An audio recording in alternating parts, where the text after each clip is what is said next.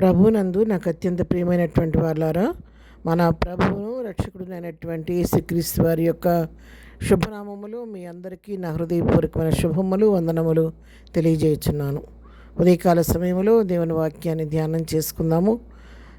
ఉదయకాలం వాక్య ధ్యానం కొరకు మనం తీసుకున్నటువంటి లేఖన భాగము కీర్తన గ్రంథము 42వ కీర్తన 1-2 వచనాలు చదువుకుందాం.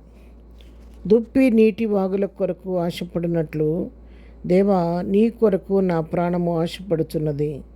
నా ప్రాణము దేవుని కొరకు తృష్ణగొనుచున్నది, జీవం గల దేవుని కొరకు తృష్ణగొనుచున్నది. దేవుని సన్నిధికి నేను ఎప్పుడు వచ్చేదను, ఆయన సన్నిధిని నేను ఎప్పుడు కనబడేదను. ఆమేన్. దేవుని నామమునకు మహిమ కలుగును గాక. ఈ వాక్య భాగాన్ని మనం గమనించినట్లయితే మరి భక్తుడు తన యొక్క ఆశల గురించి మనకు తెలియజేస్తున్నాడు. ఇక్కడ భక్తులకు ఉన్నటువంటి కీర్తనాకారుడుకు ఉన్నటువంటి ఆశ, తపన, కోరిక ఏంటంటే మరి దేవుని సన్నిధికి వెళ్ళాలని, దేవుని దర్శించాలని తను ఆశపడుతున్నాడు. దేవుని కొరకు తన ప్రాణం ఎంతగానో తృష్ణగొనుచున్నట్టుగా మనకి ఇక్కడ తెలియచేస్తున్నాడు. ఎంతగా తృష్ణపడుతున్నాడంటే దుప్పి మరి నీటి వాగుల కొరకు ఎంతగా తను మరి దప్పికొని ఉండి తను వాటి కొరకు ఎంతగా ఆశపడుతూ ఉంటుందో, మరి దేవా, నీ కొరకు నా ప్రాణం ఆశపడుచున్నదంట. మరి దుప్పి తనకు దాహమైనప్పుడు నీటి వాగులు ఎక్కడ కనపడతాయా అని ఆ నీటి వాగుల కొరకు తను ఎంతో ఆశతో వెతుకుతూ తిరుగుతూ ఉంటుంది కదా. మరి దుప్పికున్నటువంటి ఒక విశేషమైన లక్షణం ఏంటంటే ఎక్కడ పెడితే అక్కడ నీళ్ళు తాగవంటండి. అవి ఏ కాలువలోనో మురుగ్గాలో కనపడ్డప్పుడు గబాలని నీళ్లు త్రాగే అలవాటు వాటికి ఉండదు.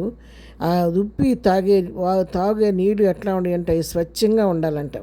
అది వెతుక్కుంటూ మంచి వాగులను చూసుకొని వాగుల దగ్గర మరి ప్రశస్తమైనటువంటి స్వచ్ఛమైనటువంటి నీరు ఎక్కడైతే ప్రవహిస్తూ ఉంటుందో అక్కడికి వెళ్ళి ఆ తేటగా ఉన్న నీరు మాత్రమే త్రాగుద్దు, కానీ ఏ నీళ్ళు పడితే నీళ్ళు అవి త్రాగవు. కాబట్టి ఆశతో వాటిని వెతుకుతూ తిరుగుతూ ఉంటాయి. అంటే ఇక్కడ భక్తుడు తనని దుప్పితో పోల్చుకుంటున్నాడు. దుప్పి ఎట్లా ఆశతో తన దాహమైనప్పుడు తప్పికి తీర్చుకోవటం కోసం మరి వాగుల కొరకు ఎదుగుతూ ఉంటుందో, ఆశపడుతుంటుందో, నీ కొరకు నా ప్రాణం అంతగా ఆశపడుతుంది. నీ కొరకు నేను ఎంతగానో నా దేవుని చూడాలని నా ప్రాణం తృష్ణగొనుచుందని తెలియజేస్తున్నాడు. జీవము గల దేవుని కొరకు నా ప్రాణం తృష్ణగొనుతుందని చెప్పని భక్తుడు తెలియజేస్తున్నాడు. ఆయన ఆశ ఏంటంటే నేను దేవుని సన్నిధికి ఎప్పుడు వెళ్ళాలి, ఆయన సన్నిధి నేను ఎప్పుడు కనబడాలి అనే ఆలోచన ఇక్కడ కీర్తనాకారుడు మనకు తెలియజేస్తూ ఉన్నాడు. ఆయనకున్నటువంటి ఆలోచన లోక సంబంధమైనది కాదు. ఈ లోకలు ఏదో సంపాదించుకోవాలి, ఏదో చెయ్యాలి, ఏదో తినాలి, త్రాగాలి, అని ఇల్లు కట్టుకోవాలి, లేకపోతే అది చేయాలి, ఇది చేయాలని ఆలోచన కాదు. కానీ ఆయనకున్నటువంటి కోరిక ఏంటంటే మరి దేవుని సన్నిధికి వెళ్ళాలి, దేవుని సన్నిధిలో నేను కనబడాలి, నా దేవుని నేను చూడాలి, నా దేవునితో నేను సహవాసం చేయాలి, నా దేవుని ముఖాముఖిగా నేను దర్శించాలి, ఆయనతో నేను సహవాసం చేయాలి అనే కోరిక భక్తుడు ఇక్కడ మనకు తెలియజేస్తూ ఉన్నాడు. దాని కొరకు ఎంతగా తను తపన పడుతున్నాడంటే దుప్పి ఏ విధంగా తన దాహం తీర్చుకోవటం కోసం ఆ నీరు కొరకు వాగుల కొరకు వెతుకుతూ ఆశతో తిరుగుతూ ఉంటుందో ఆ విధంగా భక్తుడు కూడా దేవుని దర్శించడానికి ఆశతో ఎదురు చూస్తున్నాడంట. ఆశతో తిరుగుతున్నాడంట, దాని కొరకు వెతుకుతున్నాడు. దేవుని సన్నిధి కొరకు ప్రయాసపడుతున్నాడు. దాన్ని వెతుకుతూ నా ప్రభు సన్నిధి ఎప్పుడు నాకు దొరుకుద్దా, నా ప్రభుతో ఎప్పుడు నేను ముఖాముఖిగా మాట్లాడతాను, ఆయన సన్నిధిని ఎప్పుడు కనబడతానా అని, ఆయన పరిశుద్ధ సన్నిధిలో ఆయన యొక్క పరిశుద్ధతను నేను ఎప్పుడు అనుభవిస్తాను, ఆయన సన్నిధి యొక్క వెచ్చనితనాన్ని అనుభవపూర్వకంగా ఎప్పుడు రుచి చూస్తానా అని చెప్పని భక్తుడు తపన పడుతున్నట్టుగా మనకు కనబడుతుంది. అవును ప్రియారా, భక్తుడు తన ఆశని ఇక్కడ ఉదయకాలం మనకు తెలియజేస్తున్నాడు.